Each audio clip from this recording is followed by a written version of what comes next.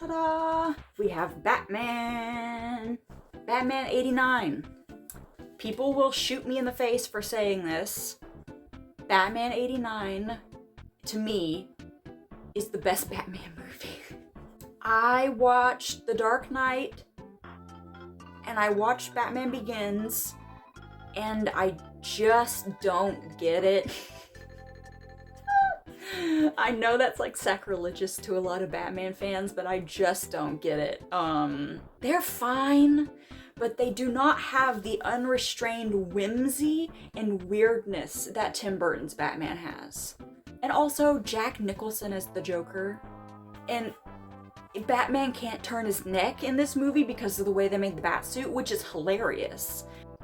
Maybe I'm just biased because I grew up with Batman 89, but I actually was scared of this movie when I was younger. The Joker, Jack Nicholson as the Joker, scared me to death when I was a little kid.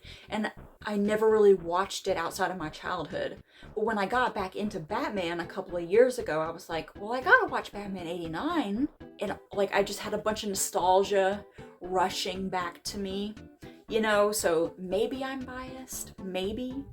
But there's just something so fun about Batman 89 that a lot of other Batman movies just don't have. Here we have Lost Highway.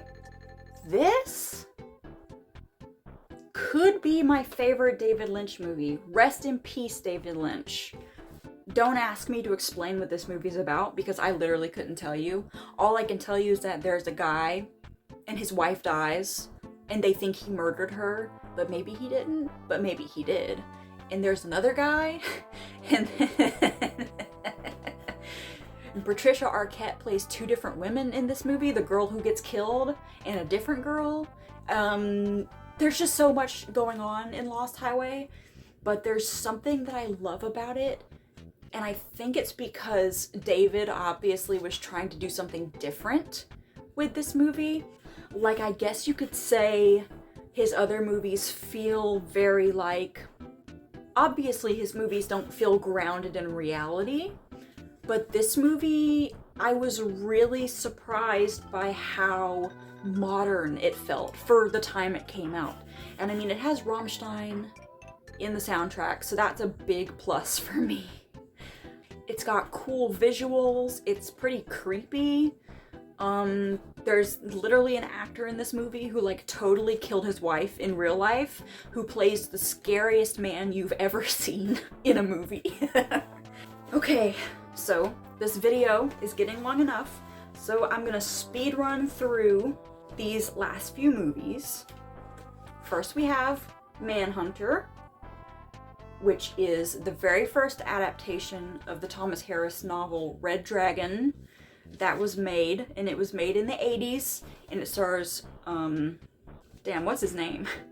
William Peterson as Will Graham. Hannibal fans, where y'all at? And of course, Brian Cox as Hannibal Lecter. It's pretty long, and it's not like, I mean, personally, my favorite Hannibal Lecter movie by far is Silence of the Lambs. I think it's just the best. But this movie is really worth seeing if you want to see where this franchise got its footing before the Silence of the Lambs and the other two movies came out. Then, of course, The Silence of the Lambs, one of the best movies ever. Just period. Just one of the best movies ever. Stars Jodie Foster and Anthony Hopkins. Jodie Foster plays Clarice Starling, who is an FBI agent trying to help track down the serial killer Buffalo Bill, and Hannibal Lecter helps her, and so much stuff happens in this movie that is so crazy. Then we have Hannibal, which again stars Anthony Hopkins as Hannibal Lecter, but Julianne Moore plays Clarice in this movie because Jodie Foster didn't want to come back. I don't remember why. And it's okay. It's not my favorite. I like it more than Red Dragon, though. I only have all of these movies because I'm a huge completionist, and I wanted the whole quadrilogy, basically, if you count Manhunter. Red Dragon is a whatever movie. Edward Norton is a limp wet rag as Will Graham. He's completely rizless. There's no substance to his performance whatsoever. It's super boring. Ralph Fiennes and Emily Watson do a good job, and of course, Anthony Hopkins is great as Hannibal. It's just not for me. But I'm not willing to give it up, so don't even go there. But Hannibal is pretty good. Hannibal, now while Red Dragon is the same story as Manhunter, it is an adaptation of the first book in the Hannibal Lecter trilogy adapted into a film. Hannibal is the sequel to The Silence of the Lambs. And it basically follows Clarice kind of getting into trouble when a raid goes bad. And I feel like if I tell you the whole plot, it'll spoil one of the best scenes from The Silence of the Lambs.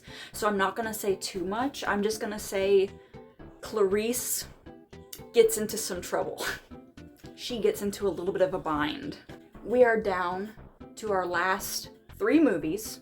Kicking it back to Rammstein for a second. Here is the Family Values Tour 98, which is another legendary concert for fans of like 90s industrial and new metal that I watched obsessively when I was a teenager. I'm not a huge fan of like Limp Bizkit and Korn or Orgy or even Ice Cube, really, but I am a Rammstein fan, so, you know. But I think all the bands sound really good at this show. I really enjoy watching it, even though Rammstein is the only musician from this concert that I like regularly have listened to over the years. But like, if you like 90s new metal, you should give this a watch. It's pretty good. There is the cut version, which is what is on the tape that I have. And then on YouTube, there's the whole concert uncut. I think it's like 3 hours long or something. So if you're interested in that, give it a watch.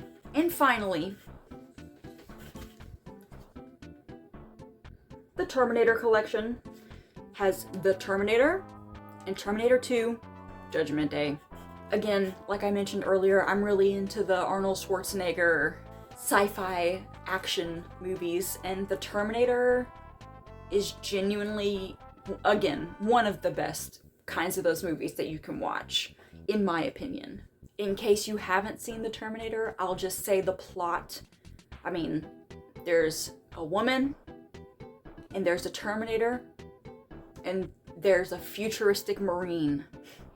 I almost called him a space Marine because my sense of humor is so poisoned. I was like, Kyle Reese is a space Marine. But no, he's not from space, he's from the future. There's time travel in the Terminator. And then Terminator 2, which is, I think, even more iconic than the original Terminator. If you haven't seen the Terminator, I know you've at least seen Terminator 2. And basically, Arnie comes back as the Terminator, but in T2, he's more of a good guy than a bad guy. And he has to help out a very important character to make sure that nothing really bad happens. If you've seen the movies, you know what I'm talking about. If you haven't, just go watch them. I'm probably not doing a good job selling any of these movies to you, to be quite honest. But I just am too scared to give out spoilers. And I'm really scared to accidentally get something wrong. Because, you know, everybody forgets small plot points about a movie that they haven't seen in a while. But anyway, that's it. That is not all of my VHS tapes. Those are just the ones that I wanted to show. I'm thinking about next doing like a shoe collection. I know that's really different from a VHS tape collection, but I'm just trying to ease into this more casual style of video making. And I don't know that I'll post regularly, but I would like to post, you know, but yeah, those were not all of my tapes, but the tapes that I wanted to show you. So I hope you enjoyed. Sorry if my descriptions of the movies were like really off base and crappy, but I did my best. Like I said, I get kind of nervous in front of the camera, and I'm a little scatterbrained anyway, So I'm sure it won't be great, but I would at least like for it to have been enlightening or something. Anyway, that's all for now. Goodbye.